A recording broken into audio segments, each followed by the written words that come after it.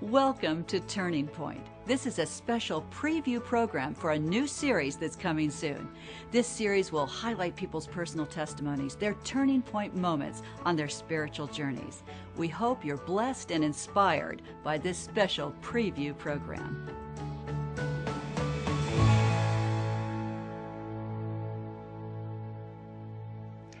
Welcome. I'm Connie Vandeman Jeffrey, and I'm delighted to have a special guest today, Angus T. Jones, who's with us for this conversation about turning points. Welcome, Angus. How are you doing? Great to have you here. Oh, thank you very much. Glad to be here. Now, Angus is best known as playing the role of Jake Harper on the CBS hit sitcom 2.5 Men. He's been acting since the age of 4, and but there's a real specific reason that we've invited Angus today to tell his story. And Angus, before we get started on the turning point in your life, you said you started acting at the age of 4. You were from Austin, Texas. Tell me a little bit about your background and what got you from Texas to California to a sitcom and now to the story you're about to share with us.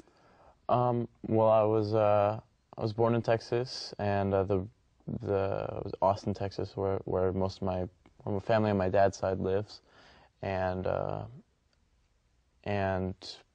we moved to California when I was about 4.5 because my dad was going to start working for his uncle.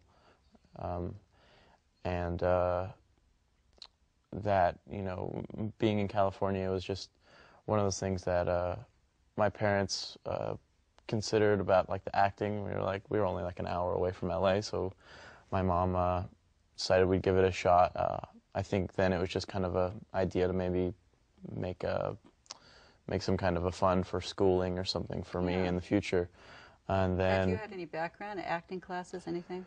No, I think our neighbor, when we were in Texas, we did something when I was a baby, but and I had never been in acting classes, and I still haven't. But it was just, like I said, it was a fluke, and it was very, like, it was you know, I wanted to use the term, like, it was very Texan way to just kind of like, oh yeah, we can do it, come on. And we went, and it just happened that I think it was like a commercial, like it was commercials that I was doing at first, and like the first few auditions that I went out for, I got the job, which is something that now that I see people, I know people that are trying to get into the business. Apparently it's not as easy as it happened for me. So I was definitely blessed and guided in that way. It's everything happens for a reason, I like to say. So it is true, I believe so that. Yeah. So you came out here, and then 2.5 Men happened for you when you were 8 years old? Yeah, as I was working, doing commercials and stuff, I began to get movies, and then when I was about 8, there was this show that was called 2.5 Men that Chuck Lorre and Lee Aronson, I guess, had created, and they had written one of the characters for Charlie Sheen to play, and they asked me to come in and read with. I met Chuck, and we did a read, and then I came in the second time, and I did a read with Charlie, and then the third time I went in and met with some executives and stuff, and I did a read with Charlie in front of, like, executives, and as we were walking out, they called us back in and were like, it's a done deal, it's you. And it was... You're 8? Yeah, I was 8 at the time. 8 at the time. And, you know, even now, if I was going to be making decisions like that, or stuff that, like, back then it wasn't like, oh yeah, 2.5 Men, we made it, like, it's going to be here for 10 years, like, it was just like, it was like, cool, this is going to be a lot of fun. And you know, looking back, like, going through the years, like, we have a break over the summer, and every time we leave for that break over the summer, when we come back, it's almost like we haven't even been gone. Like, it's kind of it's family, and it's all kind of a blur. It's all kind of a blur. But then you kind of grew up on that show. You said that your parents put you in Christian school. Yeah, I'd always while I was working, and you know, I use the term working very loosely because it was fun. Yeah, because I always tell people that it's all play and no work. And I was always going to Christian school at the same time that I was acting and playing different roles. It was one of the things that my parents felt was important, because it was something that I was a normal kid. I had like the normal kid experience, other than the fact that I would be gone for a few months every now and then. but while I would be gone, the teachers would send my teacher on set the work, and I would stay right on with whatever the kids were learning. And so when I'd go back, it was like I would blend right in.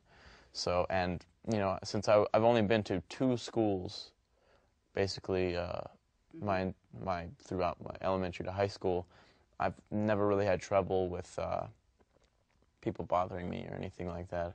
It's always just been, yeah, Angus. So you had a group of friends that you kind of hung out with all through school, and you said that something began happening to you. You began to was it towards your senior year? Yeah, it was like midway through my senior year. And this comes up to maybe what I would call one of your first turning points, because you did kind of get into some, you know, tell us what happened. There was a process that was started through family issues and just different set of circumstances in maybe 2 or 3 years ago that were kind of causing me to run away from who I had always kind of been. Like, you know, like when I grew up, I loved video games. Not necessarily I love video. I like to build Legos, and I wasn't like, I very rarely was even allowed to go spend the night at people's houses.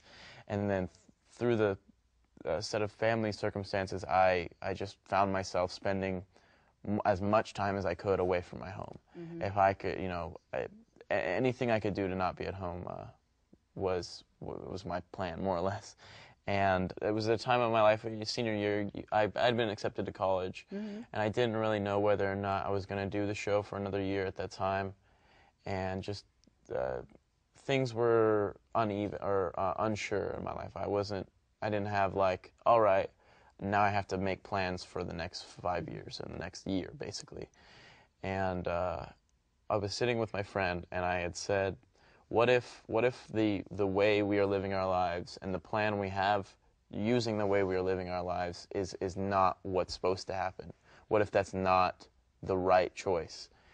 And it was that time when I said that to him, I basically had the experience of the baptism of the Holy Spirit that was just like... You said you felt like a cleansing, it completely felt like I felt like I was being hugged inside and out, and just like it was the best feeling ever. And I told him, I was like, wow, I feel like I just accepted God. And that was something, you know, kind of weird for me in a sense, because I'd always gone to this Christian school, and you knew about God, yeah. I knew God in Bible classes, and I believed God. I believed the God of the Bible mm-hmm. was the right God. And you know, I wasn't super convinced, but I was pretty confident, since that's the God that I knew growing up, that would be the right God. And I had another night where another friend, we were talking, and he had mentioned that he would totally, like, I had asked him what he would do in my position with the show and with college mm-hmm. and all that, and he said that he would do the show hands down, simply because of financial reasons. Mm-hmm. And that coming from him, it hit me in a weird way, because I was sitting there, and that friend of mine is the friend that just wants an electric guitar, or wants an electric guitar to play, or wants an amp to play his electric guitar through, and just wants to, you know, he's really talented at music, and just like has never had the opportunity to have a guitar lesson. And then I am in the position where I have way too many guitars that are dusty, and I had the opportunity to take many guitar lessons. And so I was sitting there, I was like, wow, why do I act like that? Why do I not care? Mm-hmm. And then the conversation continued, and we were just talking about plans and things in my life, and the way my life was going, and the way I thought my life was going, and the way I figured I was gonna do it. And he kept asking me a lot of questions, and it was a lot more than just a conversation with my friend. You actually felt like somebody might have been speaking through him. Yeah, it had to have been the Holy Spirit. Mm-hmm. Whatever part of the Godhead it was talking through him. Prompted you to really do some deep thinking. It was another one of those huge changing moments. And you know, that next week I was out there at high school, and I was like, every day was great. It was like, all right, God, what can we do today? How can I come on? And you were filled. You were filled. You were happy. I was filled. It was excellent. And but the thing was, is I wasn't necessarily devoting time. I was more or less doing a lot of the same things that I would normally be doing, even if I hadn't been trying to work for God. I was just kind of doing basic similar things. And the next weekend, I was kind of in the same kind of a slump that I was the weekend before.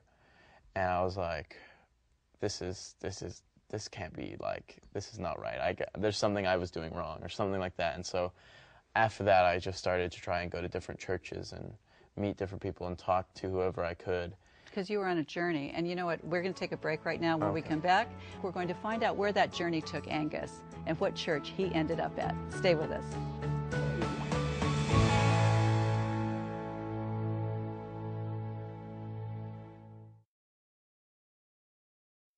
Welcome back to our conversation with Angus T. Jones on Turning Point. We're so happy that you joined us. We were just talking before the break, Angus, about you going to different churches. He was on a journey. He started searching. You had an experience, kind of God talking to you through your friends, and there was kind of a void in your life. I believe that, you know, all of us have kind of a God-shaped void until it's filled by God. And you were visiting churches. I mean, you learned stuff in Christian schools. You were kind of looking for God, and you started visiting a bunch of churches on Sunday. You said you'd go to how many on a Sunday? Yeah, I would sometimes go to maybe 4 or 5 churches. Like, really, you hit every service. Yeah, I would go to separate, because, you know, because I was going to a Christian school. I had quite a few friends that regularly went to church on Sunday, which is something that I had never gone. Like, maybe our family would go for Easter, but other than that, so I was going to a bunch of different churches, and I was really enjoying it. There was a few churches that I really liked, and there was some good messages. All the messages, like, definitely were helping me, and it was just, but it wasn't. I never really went to the church that was like, yeah, this is the people that I want to come to every week. Where you felt at home. Yeah, I didn't. I was doing a lot of learning, but not much. Like, I wasn't anywhere I wanted to stay, and so, you know, I was going to churches, and I listened to this teacher named Ray Vanderlaan, who I guess he's based out of Michigan, and he is phenomenal teacher that looks at historical, cultural context of Scripture. And I was listening, and one of his tapes, he mentions the very, and maybe not even so old, but just the really traditional and the really devoted Jewish people, especially during the times when they didn't have Bibles to just throw away. When they had one Bible for the town. During that time, when they would bring the Bible out, people would be, just when they would bring the Torah out, just like, and they would be so excited because the word, sacred, yeah. They would be so thrilled to just be, the fact that the words were on the paper was just like, big deal. He talked about women that would cry just because, and like people would, so I was looking for, I don't know, a church with just like a lot of fire, a lot of passion, energy. Yeah, and so a friend of mine had told me, and this friend was, now that I look back, he was always the friend that couldn't go out on Friday nights and couldn't really do anything until Saturday night, and like it was just always, we always kind of gave him a hard time because he never explained to us the reason for that. Was he at Seventh-day Adventist? He was. And so, or his family was, I don't know how much he was into it, but because he never talked to us about it, which I call him now and I give him a hard time because I'm like, man, like, what were you doing not telling us? And his friend had gone to a church that he said that he really liked that was kind of down the road from my house, and that church was Valley Crossroads, and it's in Pacoima, California. In Pacoima, and the first time I went there by myself a whole bunch of times before I started like have the opportunity to bring people, because like the first time I went there, I wanted to bring everyone. But I went there, and the message that the pastor was preaching was like like it was my message. It was for you. It was the situation I was in, the answer to the situation I was in. It was everything. He even said at one point, I'm speaking to someone right now. So so it was like, hey, that's me. Yeah, exactly. It was just one of those moments that's a turning point moment. Walking into that church, Walking into that church, it was like right along with all those conversations I had. It was just like, yes, this is it. This is my church. And so I continued. I went to that church a whole bunch, and for like maybe about a month or so. And at the same time, every now and then I go to visit with my friends at their churches. Then another important moment. One day I was supposed to be going with my dad to work, and it just happened that I think he was leaving at like 4 in the morning, and I decided not to go. And that day at like maybe 10 o'clock or 11 o'clock-ish, the Bible worker from Valley Crossroads knocked on the door and asked if I want a Bible study, and I was like, yeah, sure. And his name is Brother Nelson? Yeah, okay. Nelson Jones. And on my same last name, so so we had Bible studies, and he showed up unannounced, knocked on your door, and said, do you want a Bible study? Yeah, totally. It was a surprise, and like if I had gone to work with my dad, it would have happened later, or who knows. But it just happened that I didn't. And so he started showing me things in the Bible, and we did several Bible studies, and he was just like, he was going over things that the Seventh-day Adventists know very confidently. And I was just like, wow, this makes so much more sense. This seems so much more like God than a lot of the messages that I've been learning for 12 years in Christian school. And I not to say anything bad about my Christian school, I loved going there, and I learned.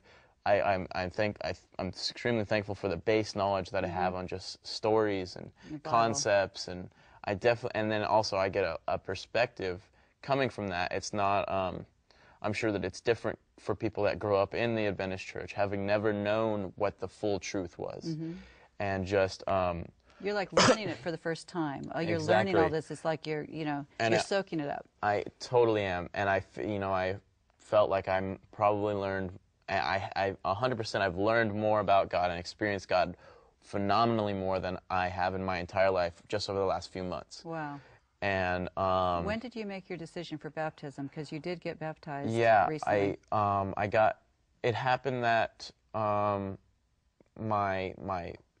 my dad's sisters were in town for my graduation From high school. and I think my grandpa, family members were in town, and my graduation from high school was kind of happened. It happened that people were coming in for my graduation, and at the same time there was this kind of a revival kind of a meeting going on at the church where Helvius Thompson was speaking. I think he's from maybe Houston, Texas, and he was speaking, and so we had like services every night, I think it was, and so it was a Friday night, and the next Saturday was my graduation, and Friday night it was basically everything had lined up to where I was able to get baptized that night. Did your family come and watch you get baptized? Yeah, I invited everyone that I could think to invite, and the people that I forgot, I felt so bad that I didn't invite them, because it's one of those things that I feel like it's a powerful thing, a pivotal moment, especially since people that know me entire life and even go to Christian school come and see me get baptized. I don't know, like it was a powerful time, and a friend of mine who I had met maybe a few months before got baptized with me, and it happened kind of. He didn't know that I was getting baptized, and he made his stand like a couple weeks before, or a week before maybe, and then we got baptized on the same night, and that was really really awesome. It was just really interesting because I had met him only, like honestly, like maybe a few months before. And he was same kind of situation, hungry for the truth and wanting to live the right way and do it right. And so it was awesome, an awesome experience. And now you're actually, I mean, I hear you go to prayer meeting, you have a evangelism group you go to on Thursday nights. Yeah, Mondays and Thursdays I am a part of End Times Like These ministries. Right, and Denise Johnson, who works at the Voice of Prophecy, and she and her husband have this ministry where they actually do it Monday and Thursday nights. They do training. Yeah, I'm not sure exactly. It's not necessarily the class that we're going through right now is like we started it like a month ago, and it goes for about 2 months. Then after we have an internship at a church, but they offer online courses that you can just take by mail. He says that he has people all over the United States taking his class. They're getting it translated into Spanish so that Spanish people can take it, and they're getting it put online so you can take it 100% online. Wow. And God is really using their ministry powerful, and I am loving the class. It's so much fun. Now I hear that you're learning to give Bible studies. Yeah, I'm learning how to give Bible studies. I'm learning the door-to-door stuff. I'm learning lay evangelism. I'm learning And you like this stuff. Oh, this Okay, so you're going to be like Brother Nelson, and you're going to go knock on people's doors and give Bible studies. If I can get to Brother Nelson's level, then I will, I, of course, praise God all the way, but, maybe me and him just be a team. I don't know. I'm always, because he's gonna have so much more. He's got a little bit of a time advantage on me. Yeah. So yeah, I'm learning how to get Bible studies. I'm learning. In the few minutes we have left, Angus, I want to ask you something because you have a sphere of influence. I know that you consider the show that you've been on all these years, that was your work. You did that at work. Yeah. You now have an opportunity to actually kind of be a witness to people that some of us would never have the opportunity to even, speak to or rub shoulders with. So I think God has placed you in a unique place at a unique time in your life. And how do you see yourself actually witnessing? I can't see you taking a Bible onto the set and saying, can I give you a Bible study? But I think people are going to notice a change in you and ask you questions about God. Absolutely. What's happening in that regard? And it's already, God's already been moving. He's already been preparing people, and basically I'm not the same person. And do people notice that? I'm sure they do, and the people have been coming up to me asking me what I've been doing in my spare time, what's been going on, and if people ask me what I've been doing in my spare time, because I'm not in school, so I don't have to spend time on set, so it's a lot different being on set and not having to spend time devoted to curriculum.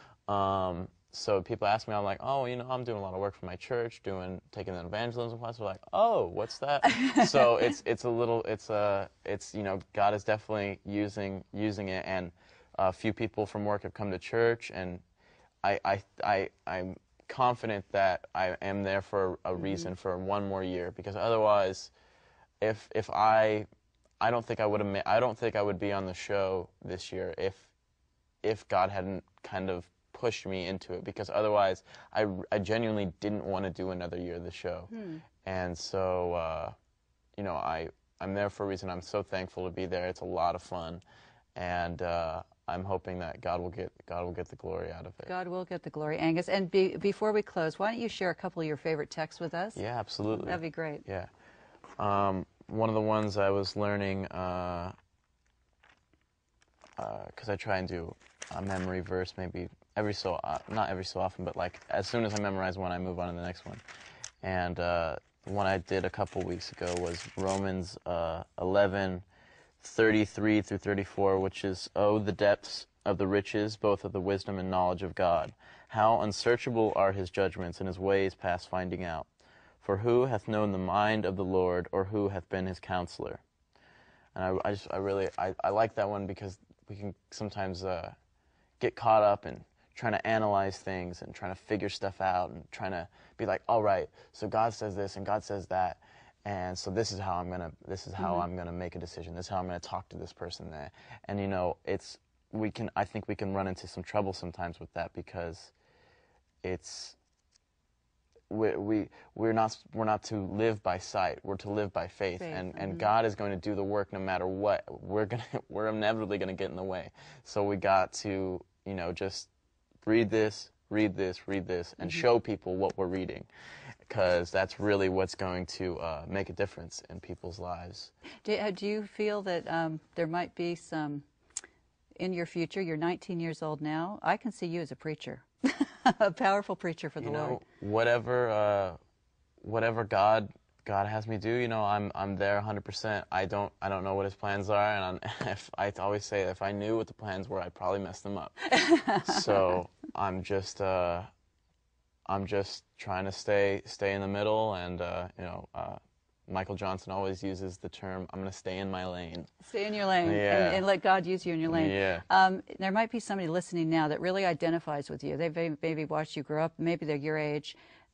Look at the camera and just appeal to them to maybe make a decision for Jesus. What